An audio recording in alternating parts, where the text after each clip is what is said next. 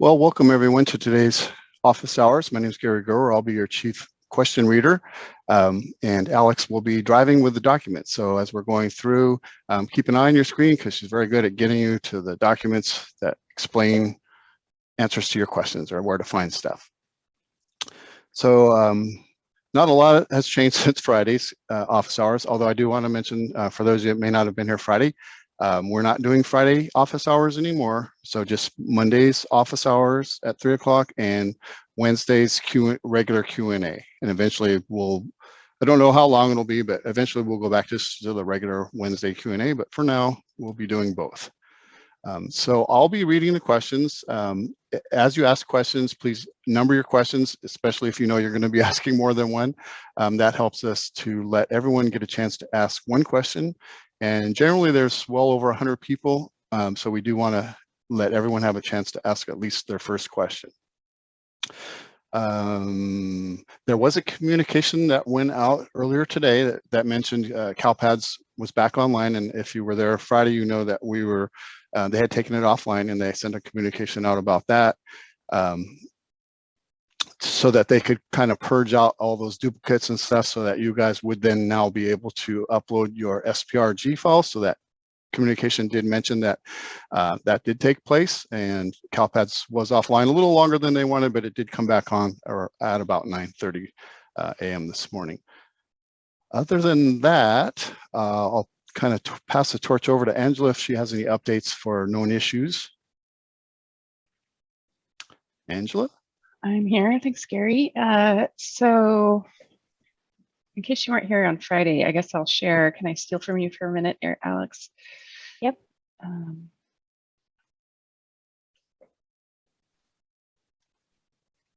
What we have targeted for tomorrow at noon, some good fixes. So I will leave that up there. We think these are the ones that are going in tomorrow. And as Gary said, it is safe to upload your SPRG file again. So we're getting closer on getting end of year straightened out. And in terms of known issues, I think it should just be getting updated right now. It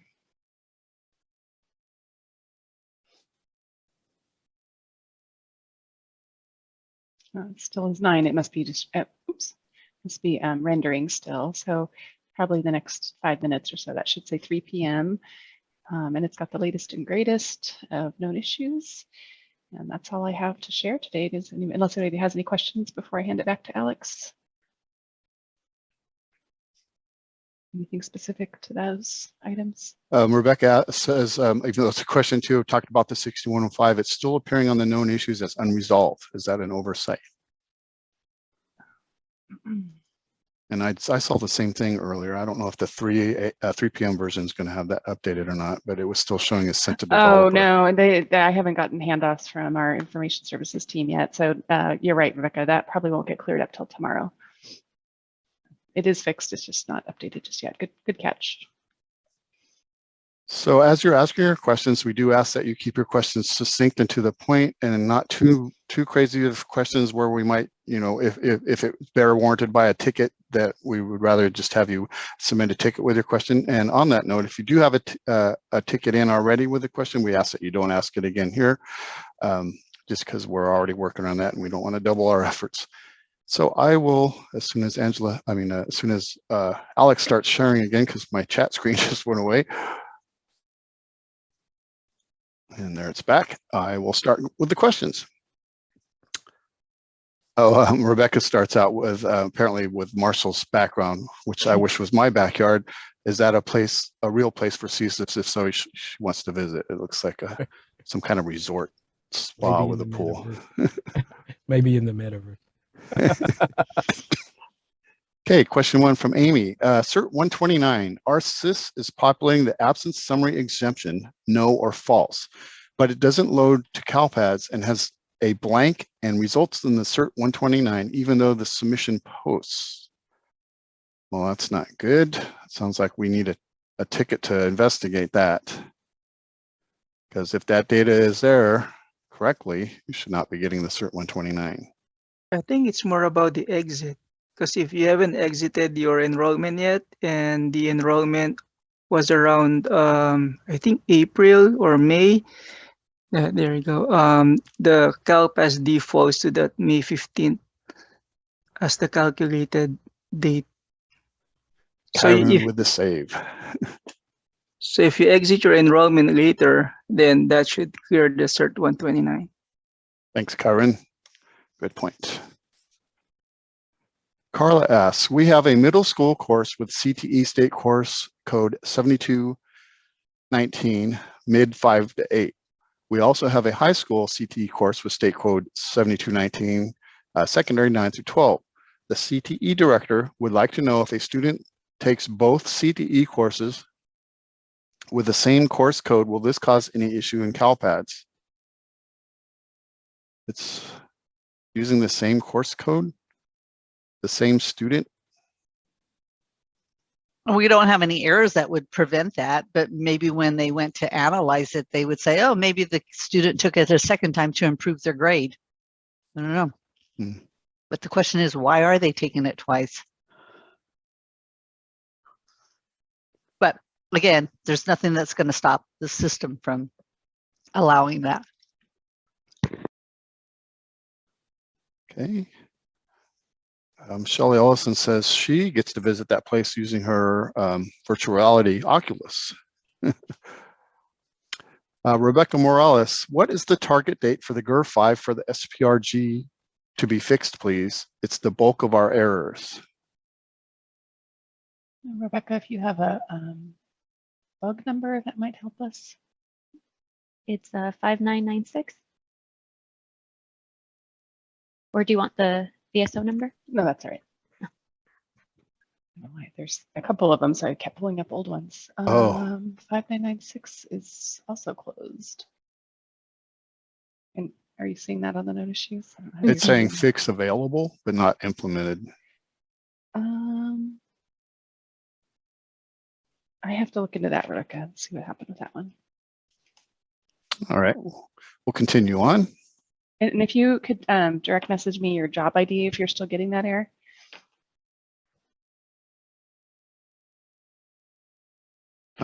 Kay is asking, when will the course and course completion 468 be corrected? And that's also got fix available. Yeah, there's 59.7. another flavor of that one. We ended up sending that back, and so I didn't update that ticket for that one for sure.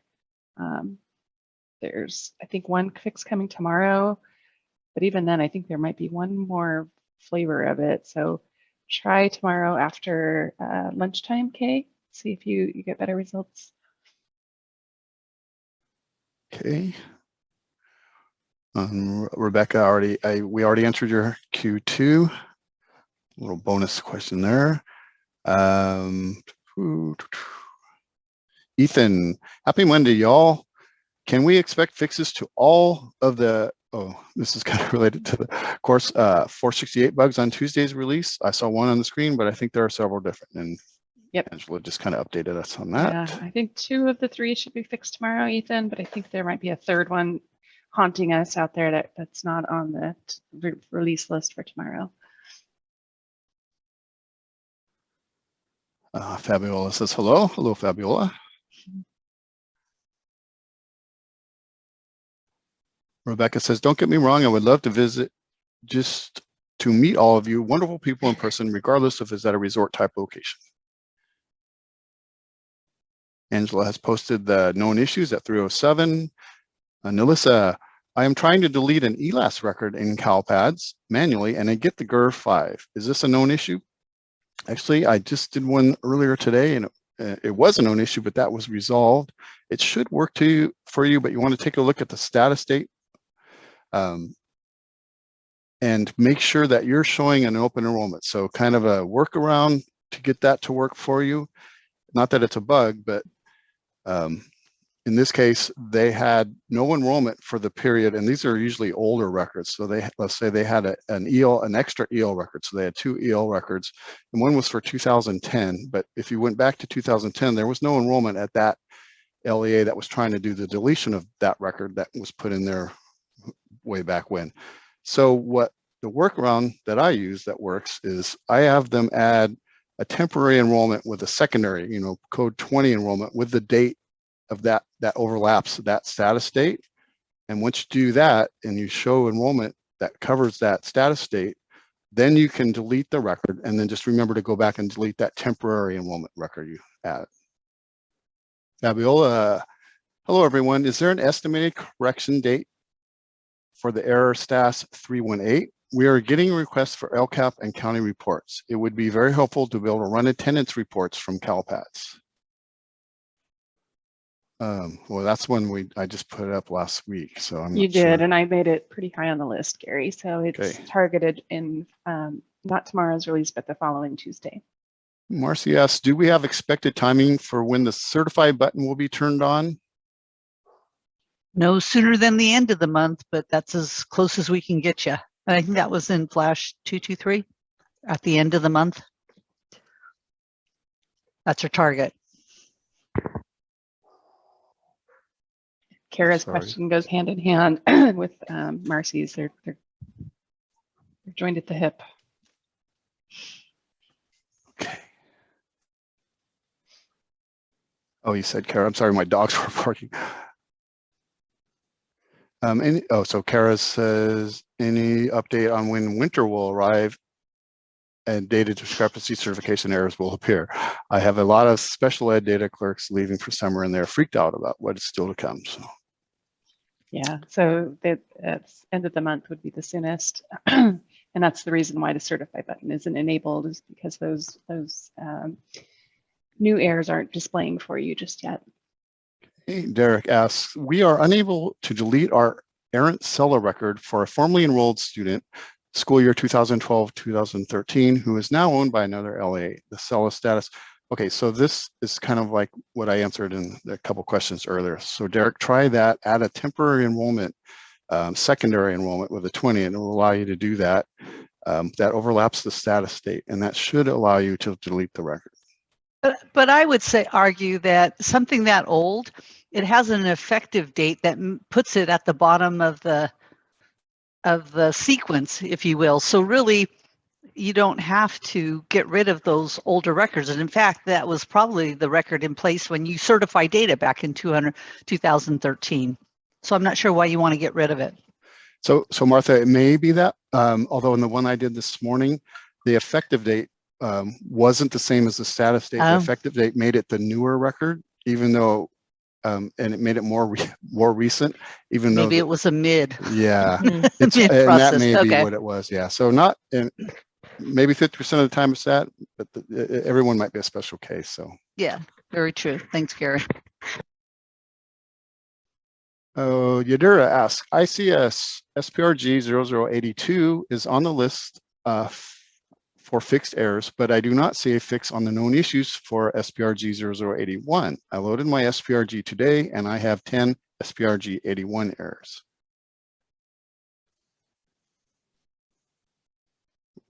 Let's see what those are.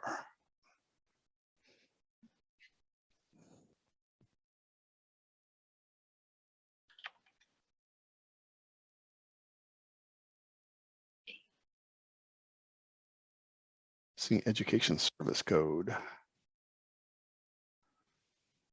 So if it's a program 122, then that does need to be populated. Yeah, I pulled up her SPRG file, and that looks like a valid error to me, Adira. So get your ed service code populated for the 122 targeted assistance records.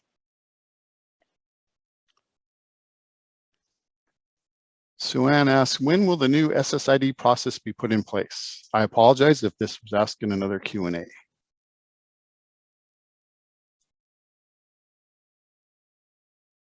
An answer on Friday that it would be at minimal 6 weeks away.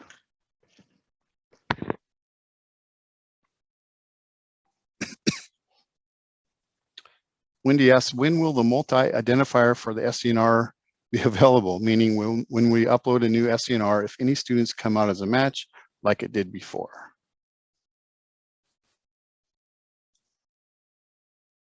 Six weeks minimum. If you were to send up an Sdnr with a blank, it's always going to give you a brand new one. we're not going back, but they're going to give you an additional module, if you will, to do the candidate search, is my understanding. And that's the 6 week away from what Brandy was informed. Okay, Melissa says, following up on our question 1, the effective date for our ELS record is 11/29/2011. We have an enrollment record from 11/29/2011 to 2/5/2012, but I'm still getting the error. When I open up our ELS record, at the top, it has this info for the most recent record. I still think this is a glitch. Let me know if you want to submit a ticket. So what's the status date? Because that was the one that I had to make sure that the enrollment overlapped. But you can submit a ticket and put it in my name, and I will take a look at it.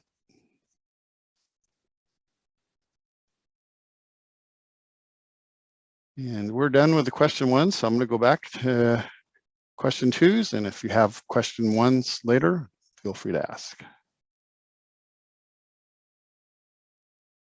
I don't think we had that many. Okay, Kay has a question 2 at 3:07.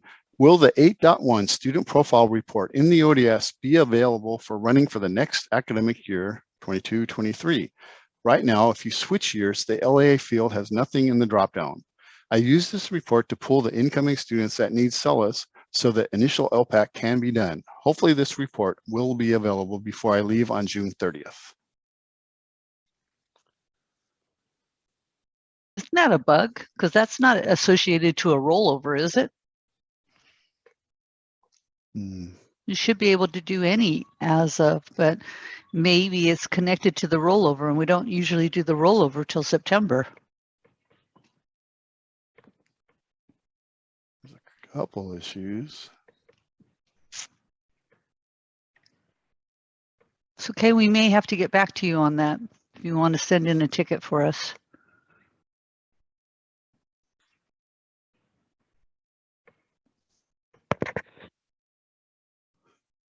Suhan, I have found by chance districts with multiple primary enrollments that probably happened when there was an issue with the R tag. How will districts be able to find these? Not sure I understand.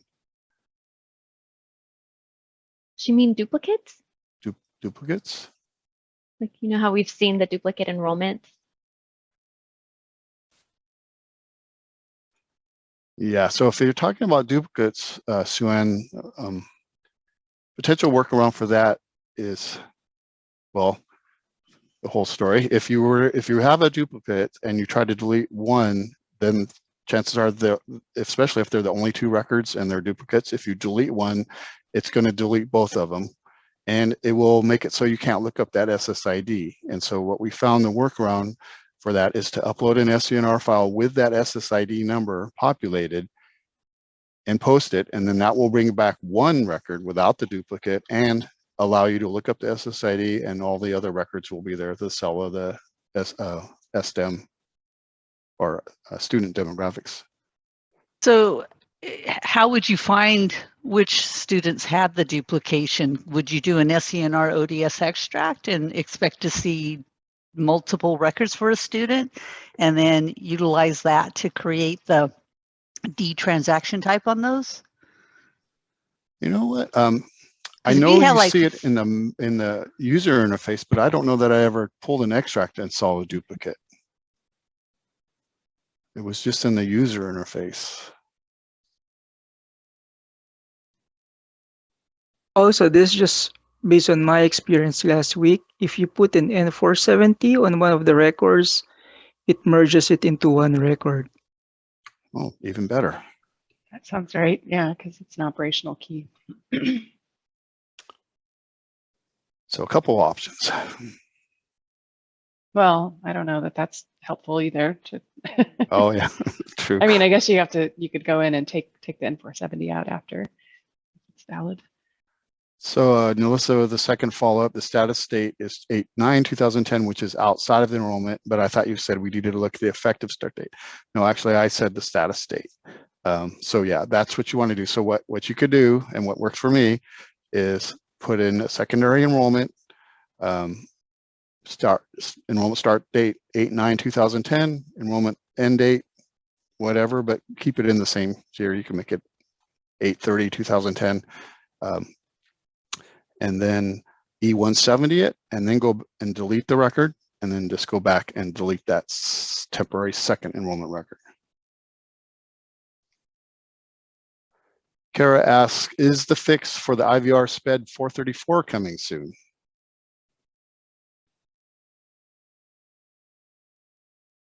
6095. Checking. What it was.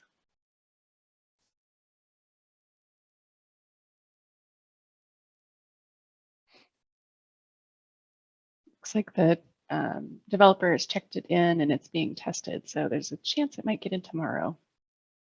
Awesome. May ask, sorry, I signed in late if this was already asked. I see that the duplicate program records have been removed, but the one without the academic year remained. Is this by design? Shouldn't the program without the academic year should have been removed?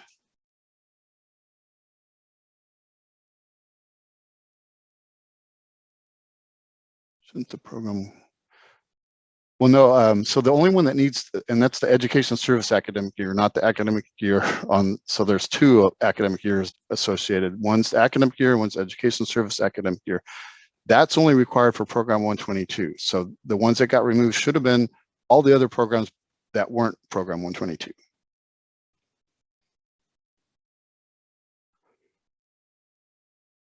I think you missed a few questions, Gary, after Sue Ann's Q2.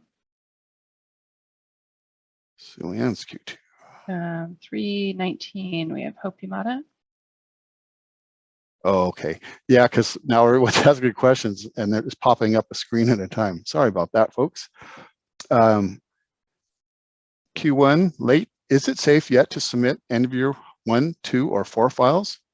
It is safe to submit end of year 1, 2, or 4 files. Just That check doesn't the- mean there isn't any defects. Yes. You just won't be harming anything as far as we know. So cross-reference the known issues list in the footer of CALPADS if you encounter an unexpected error. So we may already have designated a defect on it. And asks, what did the SPRG cleanup that took place over the weekend entail? Do we have to resubmit the SPRG extract for the entire school year or just for any updates that happened after the redesign?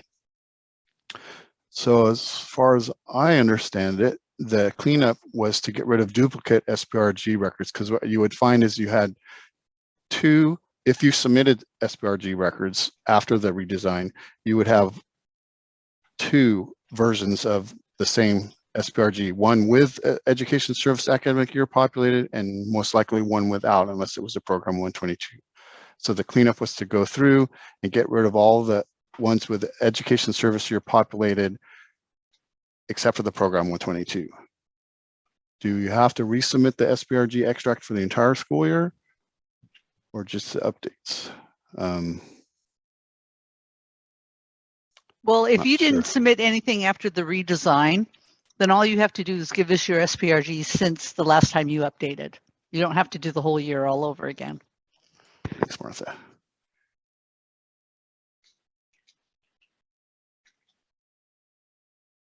Cindy, sorry if this was answered in a previous Q&A. I will not be with my district for 22-23, and someone else will be certifying end of year as well as the first of the year. If I am able to search and find an SSID for our pre-enrolled student, should I be adding those SSIDs now? You can pre-enroll the students if you're getting a match, or even if you're not, I guess.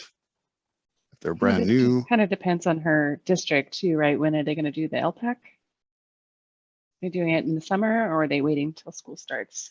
Let the 22, 23 replacement person do it.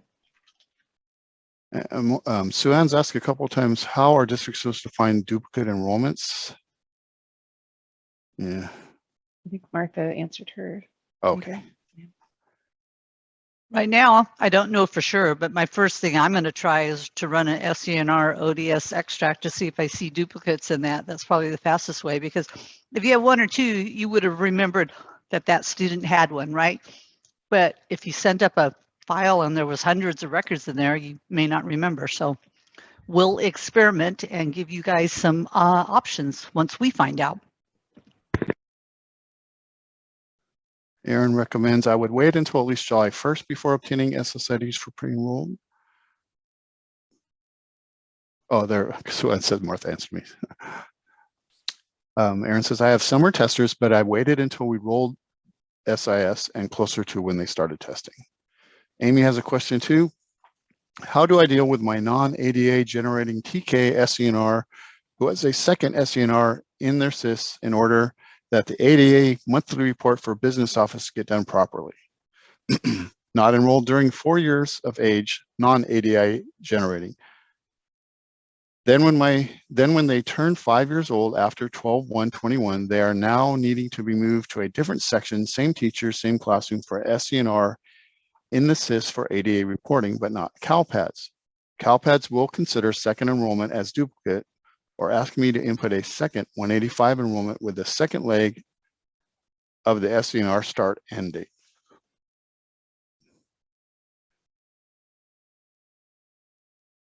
This is a Brandy question, huh? Yeah, I'm not sure. And it's very, very involved. And so if you don't mind, you send up a ticket. Amy.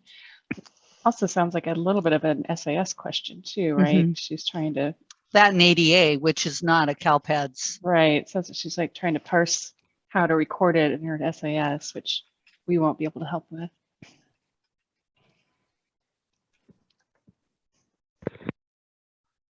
There's 141 people and we are out of questions.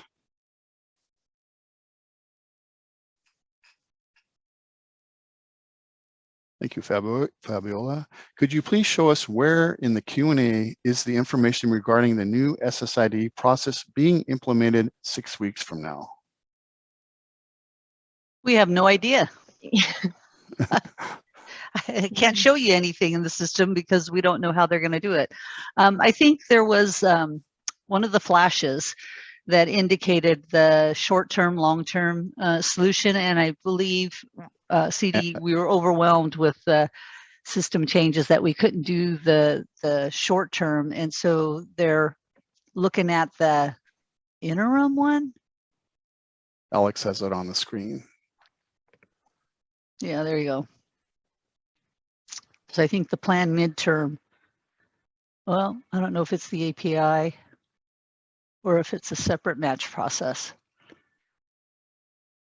Maybe it's the planned short term. So we don't know. And maybe Brandy knows more when, you know, if she comes to our Q&A on Wednesday when asked that question. We'll ask and try to get an answer. If she's not available, we'll know for ourselves what we're working towards. I think you're talking about it with senior people at JMM tomorrow, Martha. So I put a bug in Rima's ear.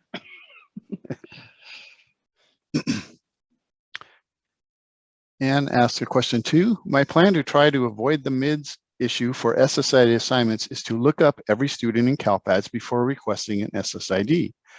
My question is, are we sure that it is going to find the students reliably if we enter the last name, first name, date of birth, and birth country? As far as we know, the demographic search worked like it always did, right, Angela? It does, sort of. I mean, it's supposed to, I should say. Every once in a while, and I think the analysts have experienced this too, we have a student that we know for sure is in there and they just don't come back as a search. As a match? As a match, either through the lookup or the request. And I haven't found a theme of what they have in common, why they don't come back like that. So I think, Anne, if you have a pretty good understanding that they would have had an SSID and they don't come back with one, then, you know, put them off to the side and we'll continue to figure out why there's some that don't work, but the majority should come back for you. Larissa says, when I ran the direct cert for June by active students, a few of my active students did not show up in the direct cert extract at all, as and the different statuses for direct cert M, N, R, or S certification status. What is the reason for this? We didn't find a match. I don't know. I know. Hard to say. Hard to know. And you know, how do you know for sure that they should have been flagged as direct cert, right? Well, she's got an N on there, not certified. So, it So they sounds like come back as nothing? as N. I think we had, don't we have an outstanding issue on the direct cert extract that you can't do all of the schools all at once, or am I confusing that with a different extract? Oh.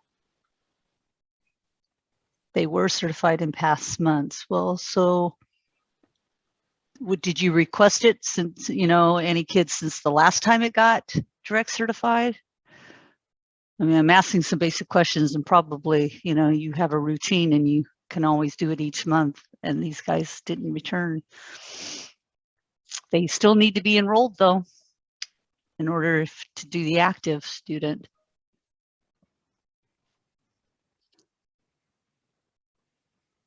Yeah, the only thing I could think of is if maybe somebody in your district inactivated them in CalPADS before we sent the file over, and so they didn't get sent.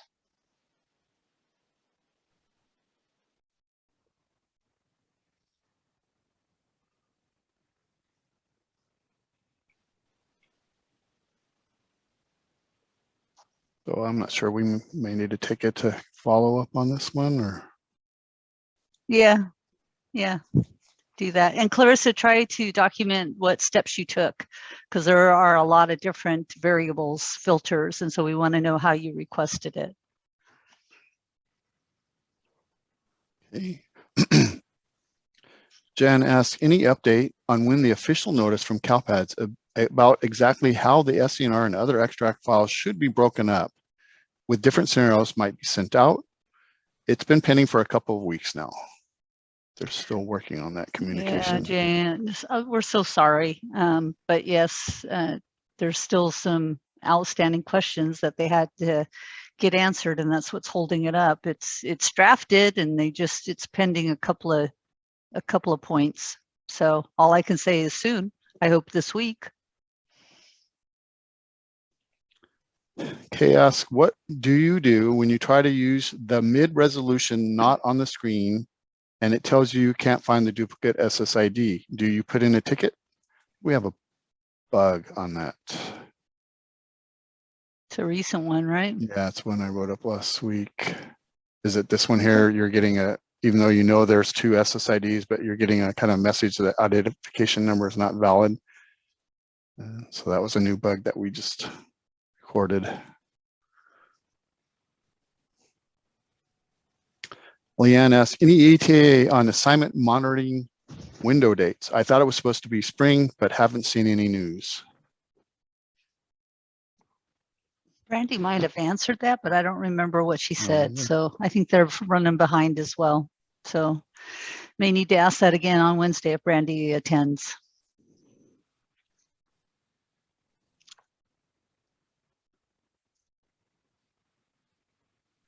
Stephanie, if I enrolled a student on 8/11 and the previous district no showed on 8/15, is that a CCE? Or Yeah. should those be ignored due to known issues? You can ignore that one too, and an issue. We'll get that cleaned up eventually.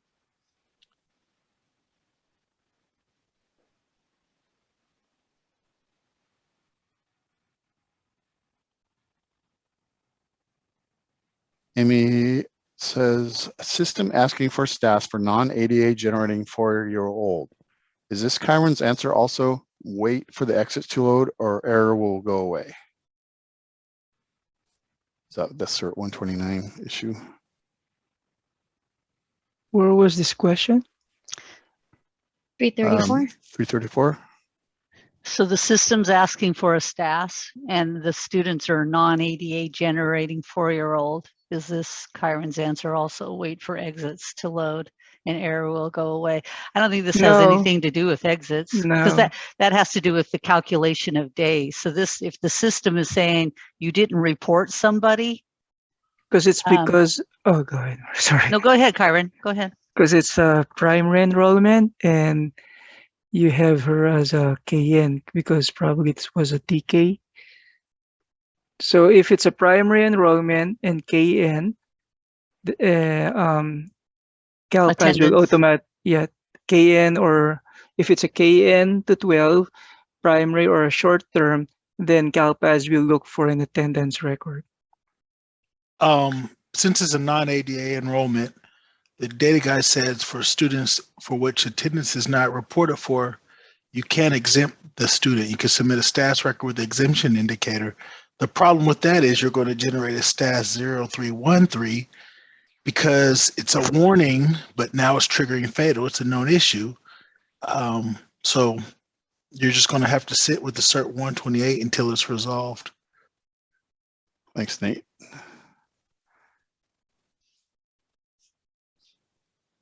And ask, what is the status on the bug where some certification errors are listed without an SSID? They are still investigating that one, so I don't have any TA for you.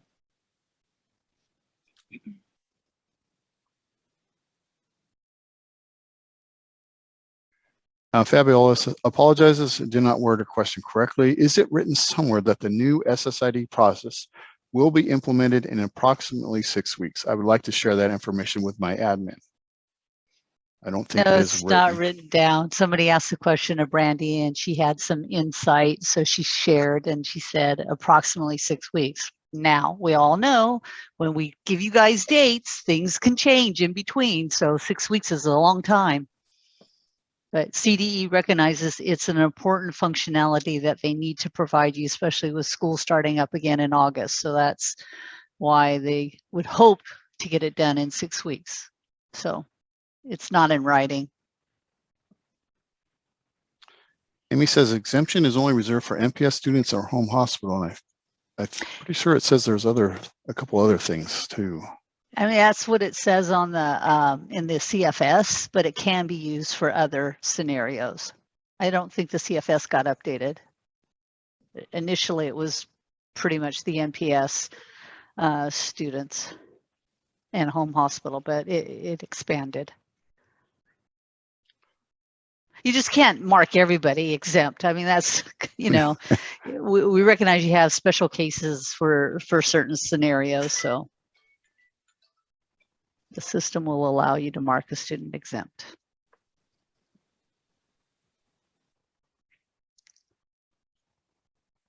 Natasha has a link here for assignment monitoring for 21-22 timeline. Thanks, Yay! Natasha. What does it say? Alex has it on the screen. Wow, they'll finalize it in November?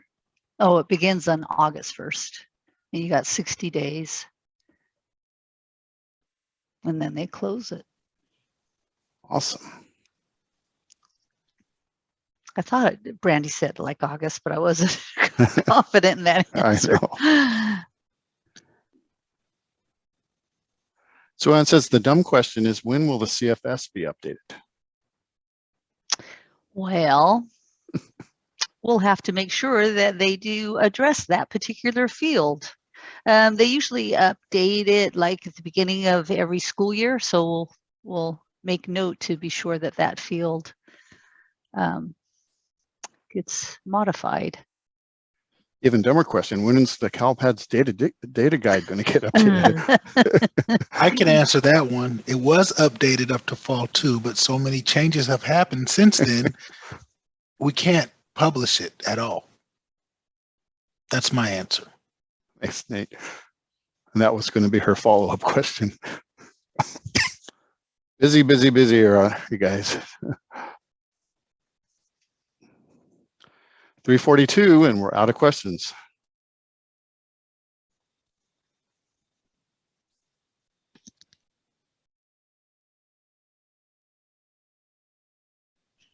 Oh, So I see Nancy Brace Thompson is on. So she had on Friday mentioned that and kind of freaked me out because it was the SDEM 111 and 115 that were showing up on the error list as warnings, but were giving her fatal errors. So just an update for everybody on that. The error list needs to be updated.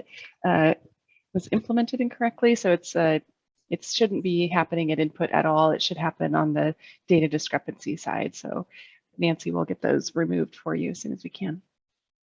So Alex has my comment up on her screen at 111. It should say fatal, but the X should be in the data discrepancy column, and same for 115. Jan, I am looking at known issue 6009. It says fix available, but you're still getting the error.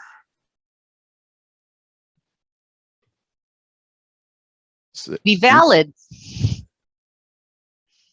if you submitted the job today.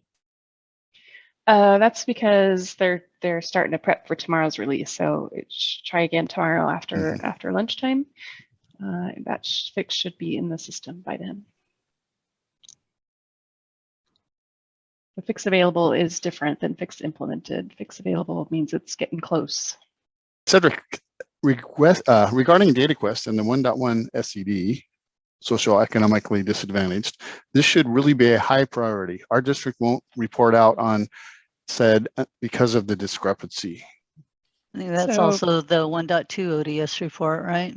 Yeah, question for Cedric and Ethan. And when did you last hear back from DOR or anybody at CDE about DataQuest?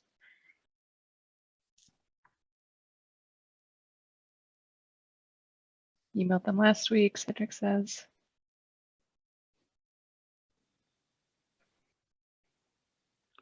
Terry says the undying land is into the west. Aaron says once you get us going, there's no stopping us. Deborah says, is everyone excited about the new Lord of the Rings series on Amazon? It seems like we have some fans.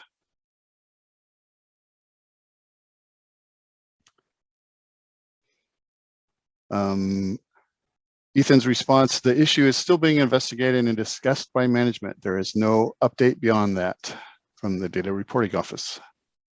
Martha, is that something you could bring up tomorrow? Yes, it is. I'm making a note, Angela. Thank you. Martha has some pull with the higher ups there. Ethan says it's a huge issue for charters who need the numbers for LCAPs and other formal docs. So I think maybe we're talking two different things, because what's on DataQuest came from Fall 1, and those would be your snapshot reports. But I think other people are trying to run the ODS report, and the social economically disadvantaged isn't coming up with accurate counts because I think it's not counting DC or something. So just keep that in mind, folks. There's two things going on. And so I think the thing that we can one, I'll ask about the discrepancy between what's on DataQuest, but also then about the ODS reports, because you guys rely on that. Yeah, we do have a bug for the second one you mentioned, Martha, but Cedric and Ethan both specifically were mentioning DataQuest discrepancies, where the other one is for current ODS, not including DC. All right. Fall 1 not matching DataQuest. Got it. And that might have been also, Angela, remember when we included the students that had exited prior to census day? Oh, yeah. That piece of logic. We did the hokey pokey with COVID logic, right? Of who got included and who didn't, and whether they were enrolled with you on census day, but directly certified after that, like October 31st. So things got a little muddied last year. And I wonder if that's related, like you said, Martha. So that's question 3. Do you have any good news for us?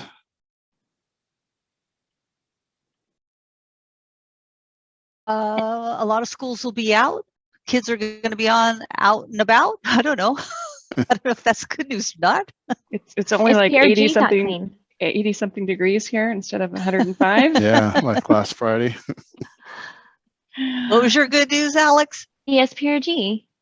That got fixed, and you Yeah, can upload finally. your SPRG. Yeah. Good one, Alex. Ethan says generally the DQ Ssid numbers are lower than the certified fall Ssid numbers. Anne has a real question. If by any chance the end of year was going to bump into the fall one reporting due to the domino effect with everything being delayed, would we have to report both at the same time? No. We won't do rollover until end of year is done. And that is a drag because it just postpones everything for everybody. I mean, you can keep putting data into CalPads for the new academic year, but we won't be generating reports or anything on that. So it gets very complicated, Anne. Some things we can turn on, some things we can't, but we can only do one submission period at a time. So that's why fall one runs separately from fall two, and all the EOYs run together because I don't know why, but they do. But we can't do two different academic years simultaneously. That is for sure. Yep. Aaron agrees that SPRG being fixed is a big deal. Richard says, good news is of the variety, the bug most important. The bug most important to you will be fixed soon. More dead air filler from Ethan. Any idea while PADC, I'm not sure what that acronym is. Office is not making their system available for annual revised P2s until mid to late June. The super late timing is making things difficult. Principal apportionment, I think. Oh, that's Brandy, isn't it? Or no, that's the finance side of the house. Oh, and wouldn't she say contact them for that Yeah. question? Yeah, it's run by a whole different department. Oh, we did miss out on some good news. Kara brought that up. Being able to run reports and submissions fast. That is the one bright shining star to this whole redesign, is not having to wait hours to get results. And it really helps when on this end, on this side as well, when trying to troubleshoot your guys' issues. Was all of this update done to get us ready for the API where we can edit anything online? That seems the direction it's going.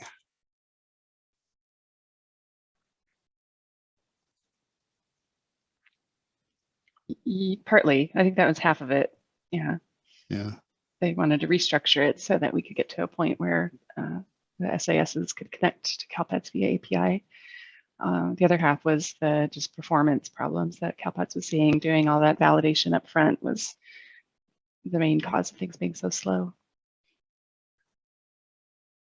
Just to recap, we can ignore the no-show CCEs, or should we try to clear up those one-day no-shows, start and exit on the same day? Ignore. If it's an N470, that's a bug on the CalPad side, and we will clear those up for you. Someone with a panda image says their name is Nerdy McNerdson. That's Alex Young. Young Rikas. Yeah. Young Rikas. Very good, you guys.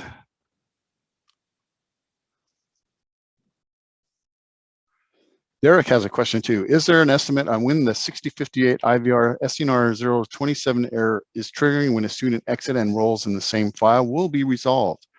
I didn't catch that if it was on Angela's screen share with the upcoming releases.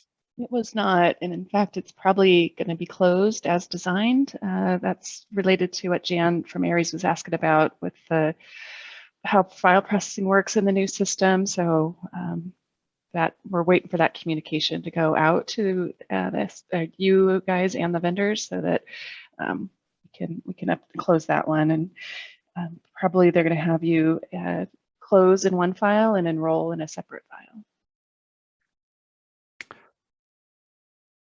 Nerds of Middle Earth Unite, congrats.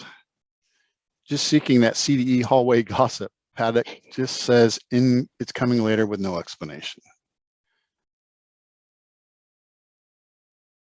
Heather says, I remember token rings too. Excuse me, the 90s are calling me.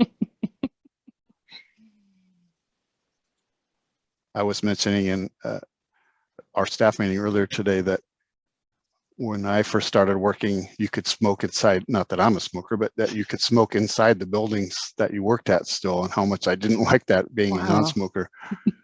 And I was dating myself a little bit. Oh, I don't know what Vonda's question is about Figwit. Is that another Lord of the Rings thing?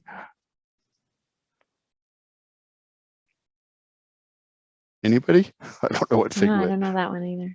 Figwit is a fan-created name for a then unnamed elf in Peter Jackson's Lord of the Rings series played by Brett McKenzie. All right, Paul. Paul with the win. Wow. Starting Well, to hey, get scary Google's awesome. around here. Wow, that's good. Looks like Kay has a question down at Aaron says you could tell we don't get outside a lot. The bright thing in the sky, it burns. I would agree. I don't like the sun. As a former network engineer, I remember smoky Cat 5 cables. Exactly. Frodo is great. Who is that? The guy from Flight of the Conchords?